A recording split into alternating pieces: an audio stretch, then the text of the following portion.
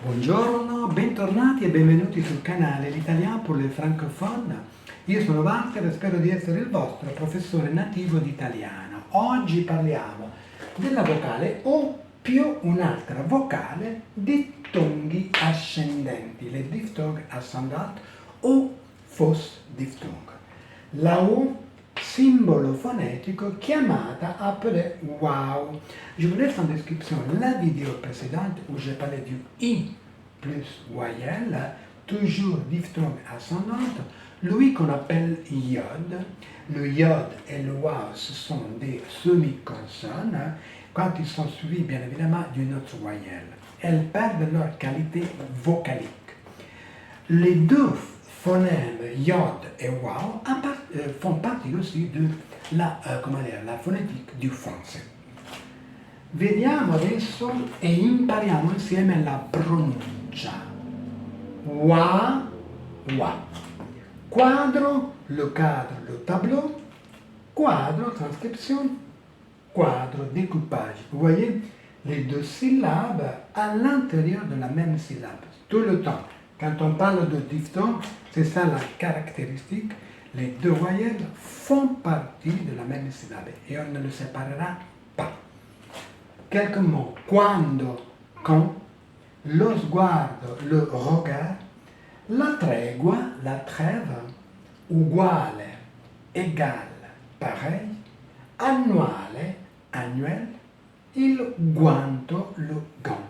Attention, différence importante entre les deux langues. Quando, quand, guanto, gant. Comme vous pouvez l'entendre, en français, on n'a pas le wow. En italien, oui. Deux. Oui, qui donne lieu, le E notamment, donne lieu à deux timbres différents. Fermé, ouvert. Et, est. Lien en description où je parle de tout cela dans une vidéo que j'ai faite dans le temps. Maintenant, le E fermé est sangue, sangue, sangue. Les deux voyelles à l'intérieur de la même syllabe, toujours. Quelques mots. Questo, quello, les deux démonstratifs, pour dire celui-ci, ce, celui-là, etc. Je ferai une vidéo à part parce que ça c'est une chose assez complexe, donc ça mérite une vidéo même plus peut-être, pour bien parler de ces deux démonstratifs. Cinque, cinq, dunque, donc, il quesito, le problème ou la question. Vocale aperta, ouais. La guerra, guerra.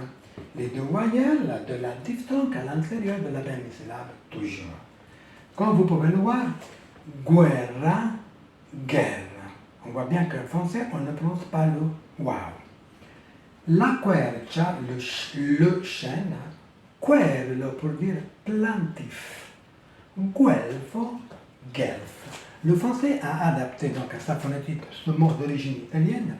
On est au Moyen-Âge, vers la fin du Moyen-Âge, on est dans ce qu'on appelle la querelle des investitures, la lutte pour le pouvoir politique entre la papauté et l'empire, l'empereur. I Guelfi soutiennent la papauté et ce qu'on appelle les Gibelins et Ghibellini soutiennent l'empereur. Alors, qu'est-ce qui se passe? À l'intérieur de cette faction politico-économique, dans les villes de Florence, il va y avoir une déchirure, on va dire, un schisme si vous voulez. Les Guelfes vont se diviser en blancs et noirs. Les blancs soutiennent la papauté toujours, mais ils veulent en fait prendre une certaine indépendance. Les noirs, au contraire, ils soutiennent jusqu'au bout la papauté. Les noirs sont du côté de la noblesse. Les blancs, comme on va le voir, sont du côté des marchands, de la classe qui fait du commerce, qui fait de la finance. Okay? La phrase que j'ai voulu vous donner, c'est Dante Alighieri era un guelfo bianco. Dante Alighieri, le père de la langue italienne, donc, était un guelfe blanc. En 1302, il va être expulsé définitivement de la ville et il mourra ailleurs, et notamment dans la ville de Ravenne. Alors, qu'est-ce qui se passe? Pourquoi cette expression? Parce que Dante était justement un guelfe blanc et la bataille décisive entre les deux factions politico-économiques a été gagnée à ce moment-là par les guelfes noirs. Okay? On continue après cette petite digression historique. Le O plus O, là aussi deux possibilités quand le O est accentué,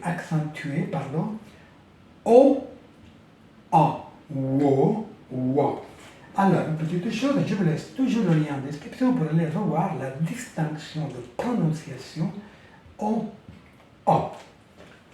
Là, le timbre fermé, WO. Liquore, liquore, liquore. Attention, ici vous avez les deux voyelles à l'intérieur de la même syllabe. J'insiste. Quotidiano, quotidien, svuotare, vider, nuotare, nager, il cuoricino, le petit cœur, suonare, soit sonner, par exemple la sonnette, soit jouer de, c'est-à-dire io suono la chitarra, je joue de la chitarra. Va bene? Fine della prima parte, continuiamo. Vuoto, O aperta, vuoto, trascrizione, vuoto, vuoto découpage, les deux voyelles U, O à l'intérieur de la même syllabe, toujours. Il nuoto, la neige, il suono, le son, il cuore, le cœur, il fuoco, le feu, buono, bon, l'uomo, l'homme. Dernière possibilité, les deux vocali deboli, les deux voyelles faibles, O et. Petit rappel, quand on parle de diphtongue ascendante, l'accent est toujours sur le deuxième élément, jamais sur le premier. I dans ce cas-là, O dans ce cas-là, et A est dans les autres cas. Attenzione quindi alla pronuncia. Guida, guida, guida. Les deux voyelles à l'intérieur de la même syllabe. L'accent est ici. On va le montrer là. Ok? Guida, deuxième voyelle. Quinto, cinquième. Quindici, 15. Guidare, conduire. Il guinzaglio, la laisse, ce qui nous permet de promener le chien. Il guinzaglio, quindi, une autre manière de dire donc, il Quirinale, le palais où siège le président de la République italienne. Lo iato, per finire, le hiatus ou l'hiatus. Bon. J'ai trouvé les deux, c'est pas clair, à vous de me le dire.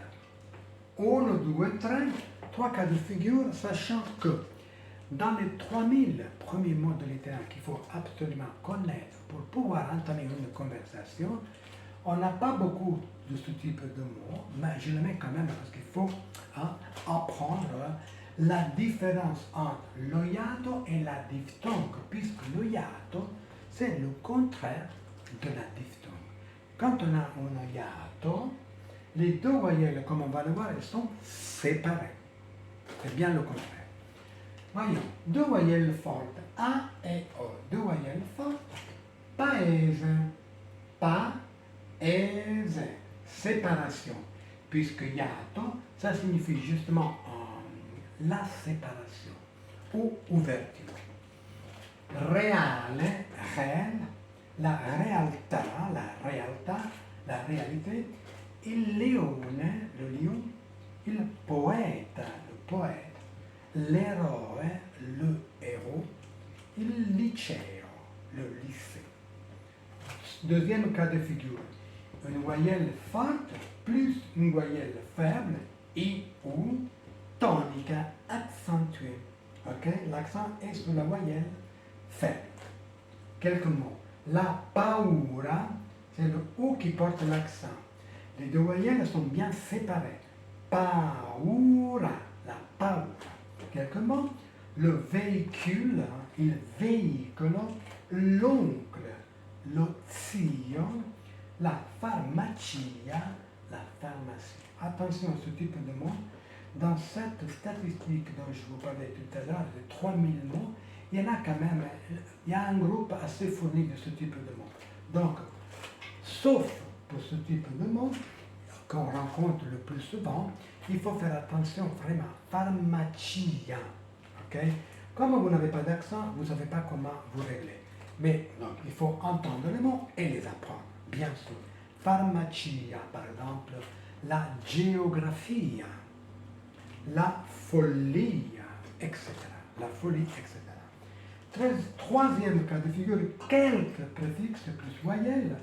Il triangolo, il biennio, la période de 2 ans, réagir, réaprire, réouvrir ou rouvrir.